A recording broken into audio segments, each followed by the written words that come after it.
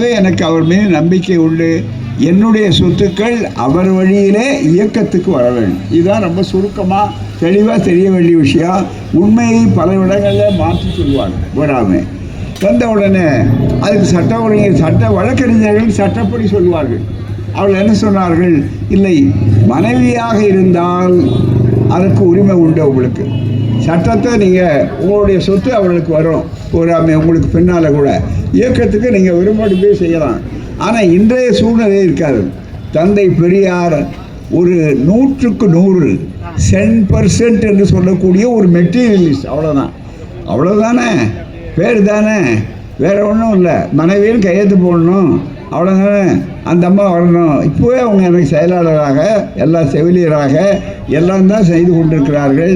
ஆகவே தான் தாராளமாக நீங்கள் அங்கே அவருடைய ஒப்புதலை கேட்டாங்க, அந்த அம்மா மறுக்கலை. இதுதான் அது ஒரு அரசியலுக்கு பயன்படுத்துகிறாங்க, அது வேறு செய்தி.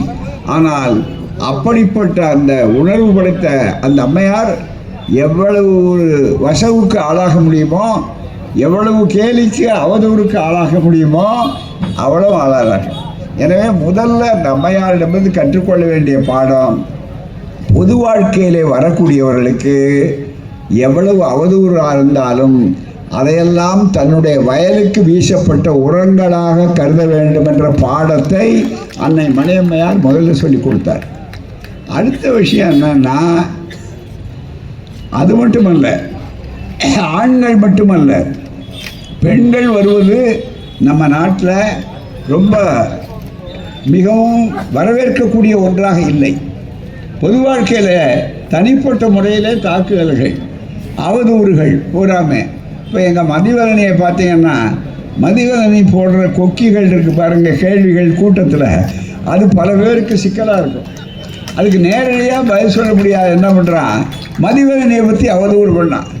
மதிவதனை கூட கொஞ்சம் என்ன சின்ன பிள்ளை அது பூராமே, இப்போ இன்னும் பக்குவம் ஆகலை. மணியம்மையை மாதிரி போகிறா, எங்களை மாதிரி இப்போ தான் பயிற்சி களத்தில் கொஞ்சம் கொஞ்சமாக வந்திருக்கு. வழக்கறிஞர் எம்எல் படிச்சிருக்காங்க, அது வேறு விஷயம். ஆனால் இந்த பள்ளிக்கூடத்தில் பக்குவம் ஆகணும்னா நல்ல பக்குவம் யாரால் இருந்தால் எங்களால் அல்ல. நாங்கள் ஏதோ பயிற்சி கொடுத்து அதனால் வந்துட்டாங்கன்றதெல்லாம் 2ஆம் பட்சம். பூராமே எதிரிகளால் தான் அந்த பக்குவத்தை பெறனவர்கள்.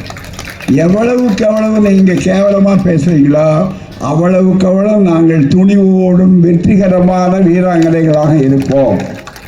ஒரு பெண் பொது வாழ்க்கைக்கு வருகிறதுனா தமிழ்நாட்டில் என்ன சரக்கு இல்லாமல் ஏதாவது சொல்லுவோம், கொள்கையை குற்றம் சொல்ல முடியாது. அதனால் என்ன பண்ணுறான், பந்த ஆட்டத்தில் வரும்போது கோல் போட முடியாதவன் காலில் அடிக்கிறோம், அவ்வளோதானே தவிர அது மாதிரி இருக்கக்கூடிய வாய்ப்பு இருக்கும். ஆகவே தான் அன்னை மணியம்மையார் அவர்களை பொறுத்தவரையில் இந்த வாழ்க்கையை தெரிந்து கொள்ளணும். ஒரு முறை எவ்வளவு பக்குவப்பட்டவர்கள் என்று சொன்னால், ஈரோட்டிலே அன்னை மணியம்மையார் அவர்கள் தலைமை தாங்குகிற நேரத்தில் கலைஞர் முதலமைச்சராக இருக்கிறார். அந்த ஐயா மறைந்த பிற்பாடு ஒரு பெரிய கூட்டம், அதில் ஈரோடு மருத்துவமனை இருக்கிறத, அதுக்கு ஐயா அவர்கள் கொஞ்ச நாளைக்கு முன்னால் தலைமை மருத்துவமனையாக ஆகிடுச்சு. அது தனி டிஸ்ட்ரிக்ட், ஒரு மாவட்டம் ஆச்சு, ஈரோடு மாவட்டம். பிறகு அதுக்கு முன்னாலேயே தலைமை மருத்துவமனை. இங்கே பார்த்திங்கன்னா திராவிட மாடல் ஆட்சி என்ன செய்துன்னு கேட்குறாங்களே. இந்த தாம்பரத்தை வரும்போது வந்துக்கிட்டு இருந்தேன், பார்த்தா அதனால் இந்த மாவட்ட மருத்துவமனையை அமைச்சிருக்கிறாரு, அரசு அமைச்சிருக்காரு. இது ஒன்றே போதும் ஐயா. இந்த ஒரு சவதி என்னைக்காவது இவ்வளோ பெரிய மருத்துவமனையை பார்த்துருக்குறீங்களா? தாம்பரம் மக்கள் வர்றவங்களை கேட்கணும், ஐயா இங்கே தாம்பரத்தில் விமானத்திலேருந்து இறங்கலாம், கிட்ட இருக்குது, ரொம்ப பக்கத்தில். மோடிஜி ரோட் ஷேர்லாம் நடத்துகிறீங்களே, நீங்கள் பார்த்தீங்கன்னா வேறு ஒன்றும் வேண்டாம், இந்த தாம்பரம் மருத்துவமனையை பாருங்கள், உங்கள் ஏஎம்எஸ் என்னாச்சுன்னு கேளுங்க, அதுக்கு பதில் சொல்கிறாங்களான்னு கேளுங்க. அதுதான் மிக முக்கியம். ஆகவே செங்கலோடு நிறுத்துது, இப்போ செங்கல்லிருந்து கட்டணம் வருது. ஆகவே இதுதான் உங்களுக்கு வந்திருக்கக்கூடிய சூழல் என்ற அளவில் இருக்கும்.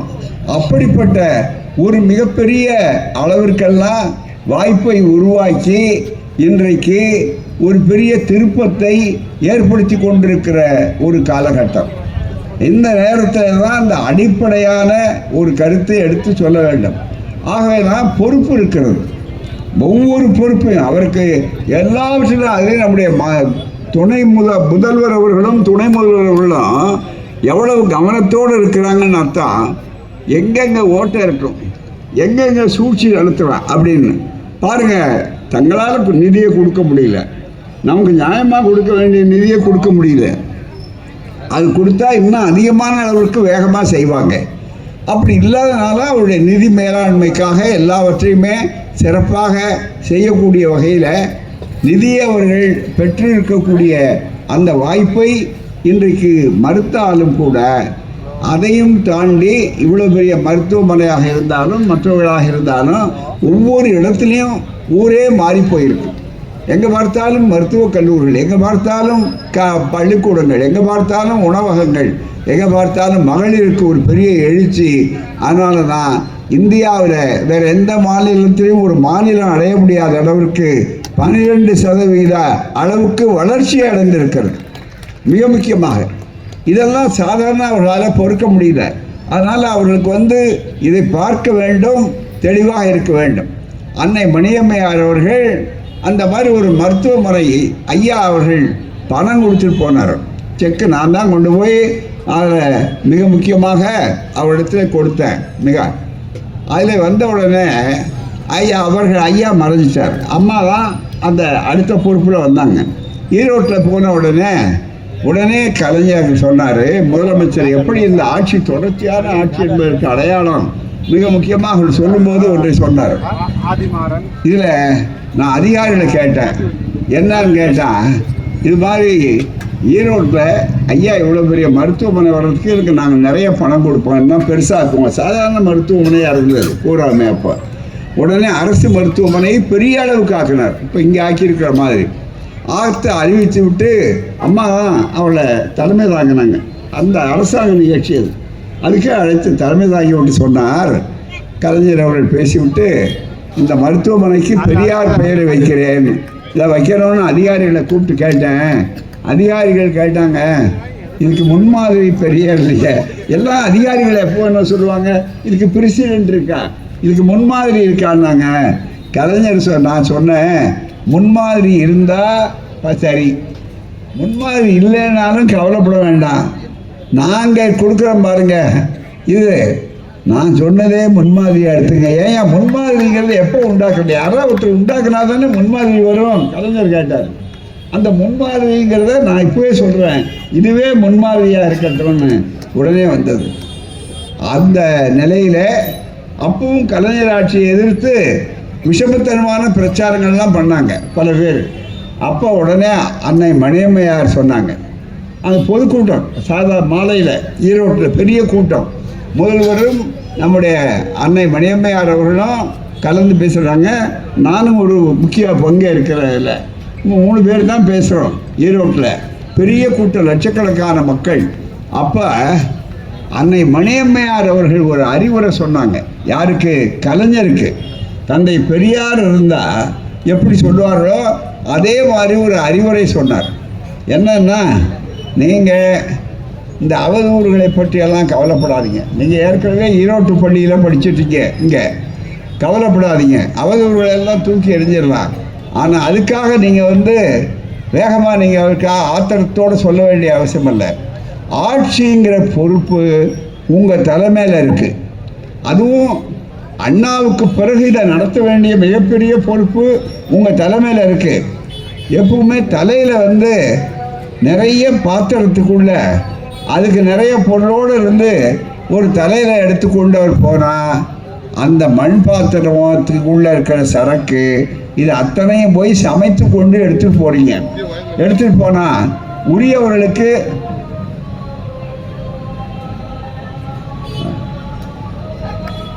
அது முடிஞ்ச உடனே தொடரும்.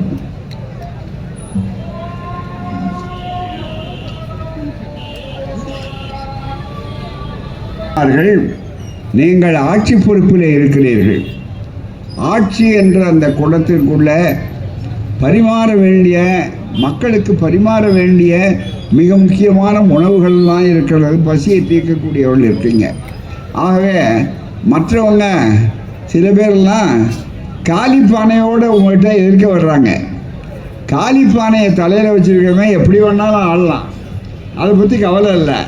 ஆனால் உங்கள் தலையில் இருக்கிறது காலிப்பானை இல்லை, ஆட்சி என்ற மிக முக்கியமான, அதுவும் திராவிட ஆட்சி என்று சொல்லக்கூடிய மிக முக்கியமான ஒன்று இருக்கிறது. எனவே நீங்கள் நிதானமாக செய்ய வேண்டும்.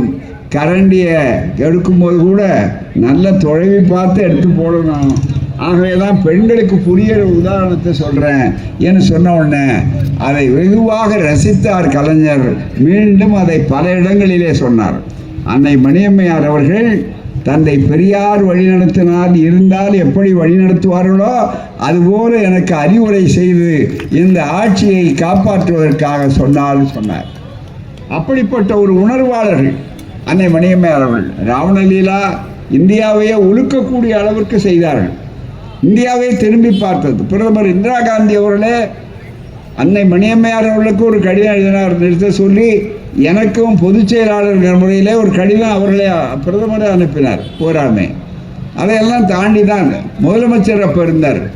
முதலமைச்சர் இருந்த உடனே தந்தை பெரியார் முதலமைச்சர் அம்மா சொன்னாங்க, அவருடைய கடமை அவர் செய்யட்டும், ஆட்சி செய்யட்டும், நம்முடைய கடமையை நாங்கள் செய்வோம் என்று சொன்னார். திராவிட முன்னேற்ற கழக ஆட்சியில் அம்மாவும் கைது செய்யப்பட்டார்கள். அதுக்கு முதல் நாள் நாங்களும் கைது செய்யப்பட்டோம். ஏன்னா எங்களுக்கு தெரியும் ஆட்சி வேறு, நீங்கள் ஆட்சி நடத்தணும், சட்டம் ஒழுங்கு உங்கள் வேலையை செய்யட்டும். அதே நேரத்தில் எங்கள் வேலையை நாங்கள் செய்கிறோம், இந்த வேலையை என்றைக்கும் நிறுத்தாது. ஏனென்றால் பண்பாட்டு படையெடுப்பிலிருந்து மக்களை காப்பாற்றுவது தான் மிகப்பெரிய முதன்மையான பணி என்று அவர் சொன்னார். இப்படி எத்தனையோ செய்திகளை சொல்ல முடியும் தோழர்களே. அப்படி அன்னை மணியம்மையார் சொன்னார். லேசாக நம்முடைய நண்பர் பிரின்ஸ் அவர்கள் பேசும்போது கூட ஒரு செய்தியை தொட்டு காட்டினார் அன்னை மணியம்மையார். நாங்கள்லாம் மிசாவில் இருந்தோம். மிசா உங்களுக்கு தெரியும், நெருக்கடி காலம். நெருக்கடி காலத்தில் மிசாவினுடைய பொறுப்பு எதற்காக கைது பண்ணாங்கன்னு யாரும் காரணம் சொல்ல மாட்டாங்க. எப்போ விட போகிறாங்கன்னு கிடையாது. எங்களோட சிபிஎம் தோழர்கள் நிறையா இருந்தாங்க. ஒரு ஹரிபட்டன் ஒரு தோழர், இங்கே தாம்பரத்தில் சிவாஜின்னு ஒரு வழக்கறிஞர், அவர் என்னுடைய ரொம்ப நெருக்கமான நண்பர். அவங்கெல்லாம் மிசாவில் இருந்தவங்க தோழர்கள் பூராமே. அப்படிப்பட்ட ஒரு நிலையில் மிகப்பெரிய அளவிற்கு அவர்கள் ஒரு முறை நாங்கள்லாம் உள்ளே இருக்கோம், எங்களுக்கு அதை பற்றி கவலை இல்லை. அடித்தாங்க, அடி வாங்கணும் எல்லாம் பூராமே. அதனால் சிறை வாழ்க்கையில் இந்த அடியும் வாங்கின வாய்ப்பு இருக்குது பாருங்கள். அதனுடைய தாக்கம் என்ன எனக்கு இருக்குது. 40 ஆண்டுகளுக்கு மேலே ஒரு அரை நூற்றாண்டு ஆகிவிட்டது அது. ஆனாலும் இன்றைக்கு இருந்தாலும் கூட மிகப்பெரிய அளவிற்கு அதனுடைய விளைவாக வந்தபோது உடனே தலைவர் என்ற முறையில் ஒரு முறை ராஜ்பவன் உள்துறை அமைச்சர் வந்தார். அதனால் சொன்னார் பிரம்மானந்த ரெட்டி. அவர் வந்த உடனே கவர்னர் ராஜஸ்தான் சுக்காடியான்னு இருந்தார் வாங்க. மிக முக்கியமாக அந்த மாதிரியான ஒருவர் அவரிடத்தில் கேட்டிருந்தாங்க சந்திக்கணும்னு. உடனே அழைச்சாங்க. அன்னை மணியம்மையார் திராவிட கழக தலைவருங்கிற முறையில் சில நண்பர்களை அழைத்து போனாங்க. உள்ளே போனாங்க. போன உடனே அம்மா அவர் சொன்னார், பிரம்மானந்த ரெட்டி ஆந்திராக்காரர், அவர் வழக்கறிஞர், சட்டக்கல்லூரியில் படிச்சிருக்காரு. அம்மா ஆங்கிலத்தில் பேச ஆரம்பித்தாங்க. முதல்ல அம்மா எனக்கு தமிழ் நல்லா தெரியுமா, நீங்கள் தமிழில் கூட ஃப்ரீயாக பேசலாம், எனக்கு இங்கிலீஷில் பேசணும்னு கூட அவசியம் இல்லை. இல்லை உங்களுக்கு தமிழ் தெரியாதுன்னு தான் நான் இங்கிலீஷில் சொல்ல ஆரம்பித்தேன் என்று சொன்னார். உடனே இல்லைம்மா தமிழ் தெரியும்னு உடனே சரின்னு. எங்கள் தோழர்கள் எதுக்காக கைது பண்ணியிருக்கீங்க? திராவிட கழக அரசியல் ரீதியாக அவர்கள் இல்லை, அப்படிப்பட்டவர்களை எதுக்காக காரணம் இல்லாமல் கைது பண்ணி மிசாவில் வைத்திருக்கிறீர்கள் என்று கேட்டார்கள். அவர் கவர்னர் பக்கத்தில் உட்கார்ந்துருக்கார், சுக்காடியா ராஜஸ்தான்காரர் பூராமே. உடனே அவர்கிட்ட இதை கேட்டார். ஒன்றும் பதில் சொல்ல. 2 நிமிஷம் பேசினாங்க. பேசிட்டு சொன்னார், அம்மா நீங்கள் கேட்ட மாதிரி உங்கள் தோழர்களை, திராவிட கழக தோழர்களை நான் எல்லாரையும் விடுதலை செய்ய சொல்கிறேன் அப்படின்னு சொல்லிவிட்டு ஒரே ஒரு விஷயம், ஒரு ஒரு ஒரு காரியத்தை செஞ்சால் நான் உடனே செய்ய சொல்கிறேன். நாங்கள் என்னன்னு கேட்டாங்க அம்மா. உடனே சொன்னார், திராவிட முன்னேற்ற கழகத்தோடு நீங்கள் ரொம்ப உறவோடு இருக்கீங்க, எல்லாம் திராவிட முன்னேற்ற கழகமே உங்களை பார்த்து உற்சாகம் அணைஞ்சு செய்கிறாங்க, நீங்கள் 2 பேரும் ரொம்ப இணைஞ்சு இருக்கீங்க, திமுகவுக்கும் எங்களுக்கும் சம்பந்தம் இல்லைன்னு சொல்லுங்கள், நான் எல்லாரையும் விட்டுடுறேன்னாங்க. உடனே பாருங்கள், சிங்கம் மாதிரி புலி மாதிரி சீரிஞ்சு எழுந்தாங்க அன்னை மணியம்மையார்கள். இப்படி ஒரு கையெழுத்து கொண்டாங்க. எழுந்த உடனே இப்படி ஒரு கையெழுத்து 2 கையும் அப்படி காட்டிட்டு ஐயா உள்துறை அமைச்சர் அவர்களே, ஆங்கிலத்திலையும் சொன்னாங்க, உள்துறை அமைச்சர் அவர்களே உங்களை சந்தித்தோம், நாங்கள் எங்கள் கோரிக்கையை சொல்லிட்டோம்.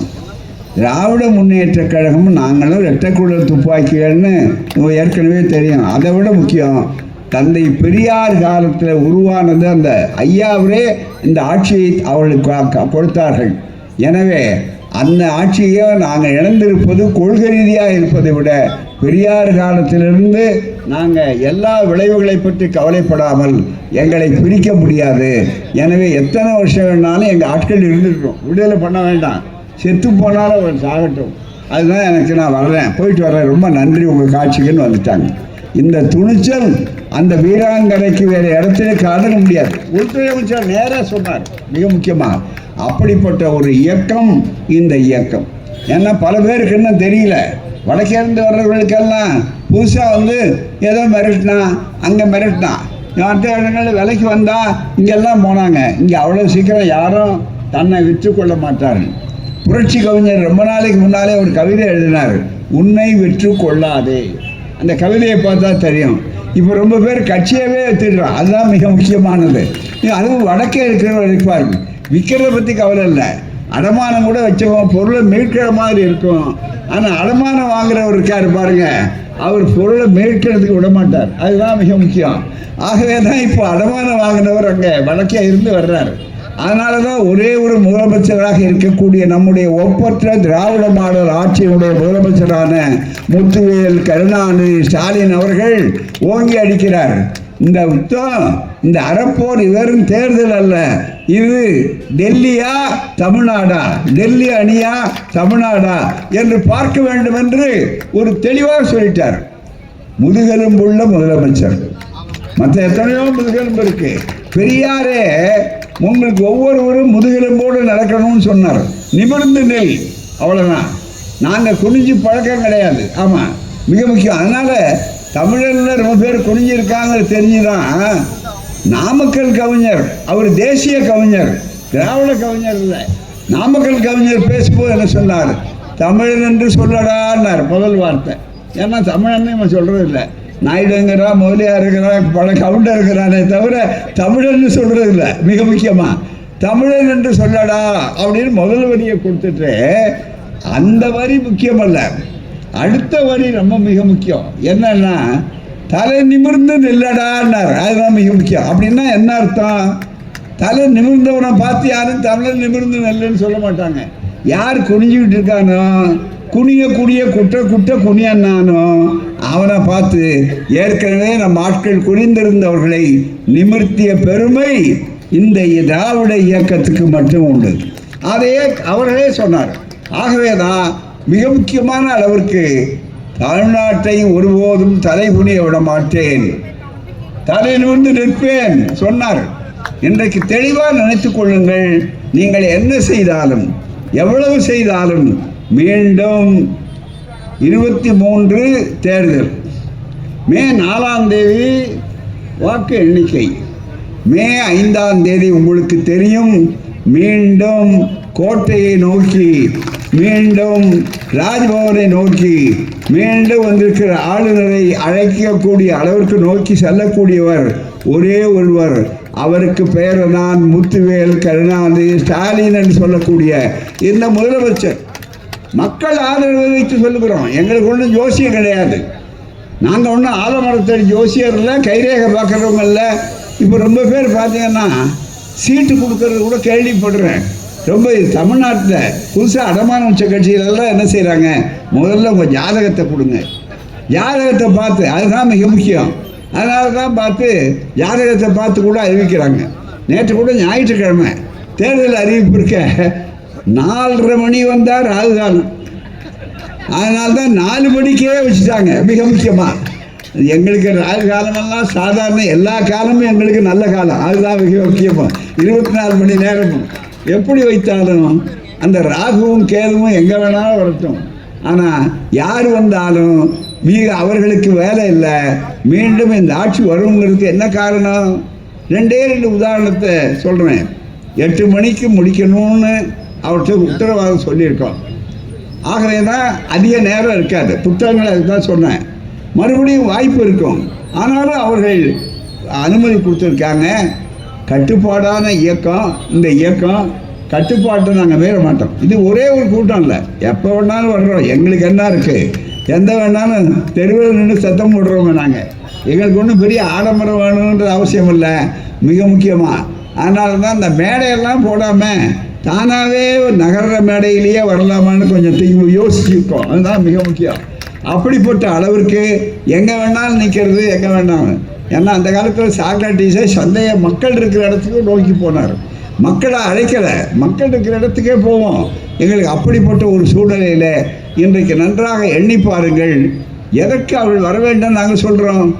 தேர்தலில் நாங்கள் நிற்கிற கட்சியா, அரசியல் கட்சியா, திராவிடர் கழகம் இல்லை. நீதி திராவிடர் கழகங்கிறது என்ன? 110 ஆண்டு காலம் நீதி கட்சி, ஜஸ்டிஸ் கட்சி.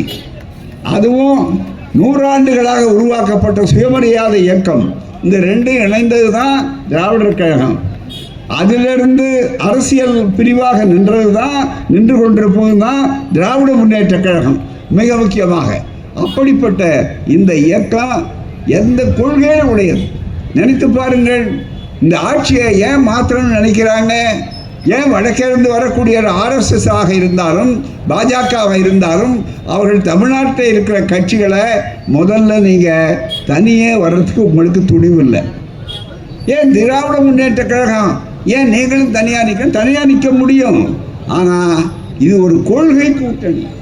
இங்கே வந்திருக்கிறவங்க கம்யூனிஸ்டுகளாக இருந்தாலும் விடுதலை சிறுத்தைகள் 3வது குரல்னு சொல்லுவோம் நம்ம. மிக முக்கியமாக அப்படிப்பட்ட விடுதலை சிறுத்தைகளாக இருந்தாலும் சரி, அதுபோல் மற்ற நண்பர்களாக இருந்தாலும் தமிழ்நாட்டில் இந்த கூட்டணி அமோகமாக வளர்ந்து கொண்டே இருக்கிறது. அதனால் இப்போ கம்பார்ட்மெண்ட்டில் இது சிங்கிள் என்ஜின் தான், ஒரே என்ஜின் தான். ரெட்டை இன்ஜின் தான் கிடையாது. ரெட்டை இன்ஜின்னு சொல்கிறது இருக்கு பாருங்க.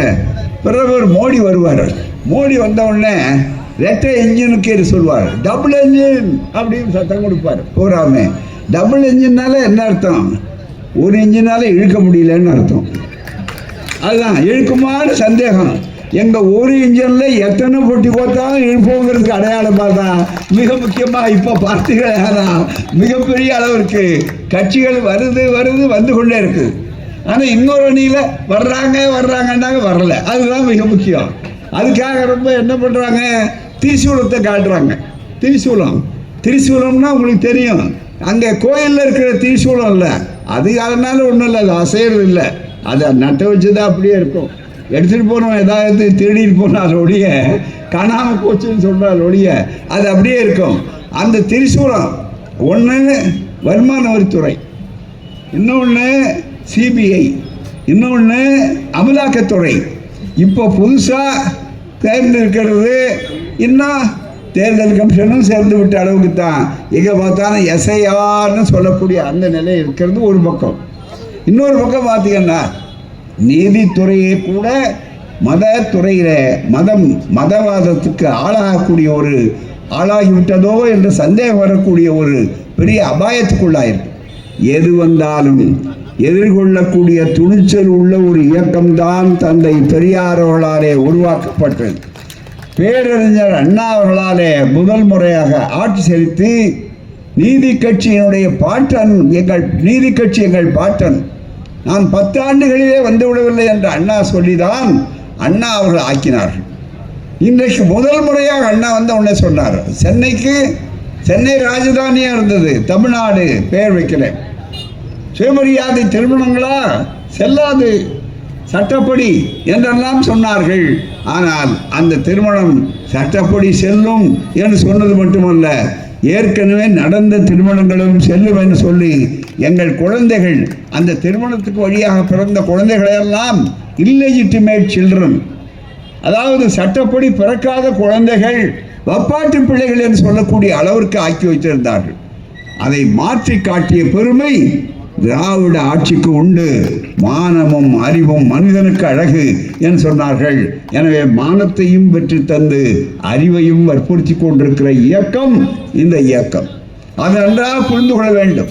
அப்படிப்பட்ட அந்த ஜாதியை ஒழித்து அனைத்து சாதியினர் அர்ச்சகர் தந்தை பெரியார் சொன்னார், நாங்கள்லாம் களத்தில் நின்றோம், கலைஞர் சட்டம் செய்தார், உச்சநீதிமன்றமும் எல்லா மன்றமும் சட்டப்படி விரோதமும் சொல்லலை, ஆகமப்படி செய்யுங்கன்னாங்க. உடனே ஆகம பள்ளிக்கூடத்தை வைங்கன்னு இன்னைக்கு அதெல்லாம் படிச்சுட்டு பெண்கள் ஓதுவார்களாக இருக்கிறார்கள். இதுவரையில் இல்லாத ஒரு புரட்சி இருக்கு. அதே மாதிரி அனைத்து சாதியினர் ரட்சகர் தமிழ்நாட்டை தவிர வேறு எங்கேயாவது இருக்கார்களா கேட்டு பாருங்க. என்ன தமிழ்நாடு பெரியார் நாடுங்கிறீங்களே? இல்லை, இது பெரியார் வாழ் நாடு. பெரியாழ்வார் இருப்பார், அவர் ஒரு ஆழ்வார், அவர் ஒருத்தர் மிக முக்கியமாக.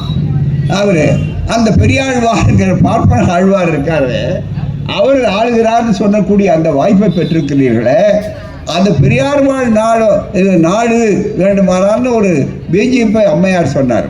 அவருக்கு சொல்கிறோம், பெரியாழ்வார் நாடாக இருந்தால் இந்த நாடு நிச்சயமாக குலக்கல்வி திட்டம் தான் பயிரும், வேறு படிக்க வாய்ப்பு இருக்காது.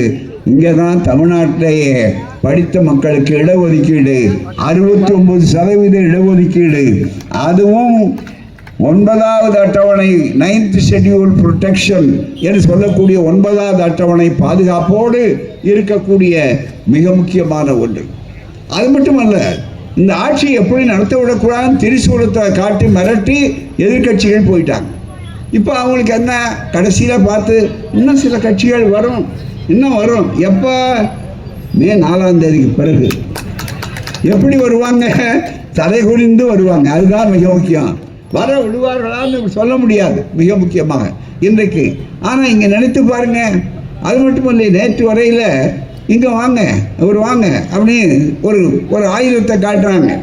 ஆனால் அதை பற்றியெல்லாம் கவலைப்படலை. காரணம் என்ன? எவ்வளவு அரசியல் தெளிவுள்ள கட்சிகளாக கிடையாது. மிக முக்கியமாக இல்லை, முழு பலத்தோடு இருந்தவர்களா?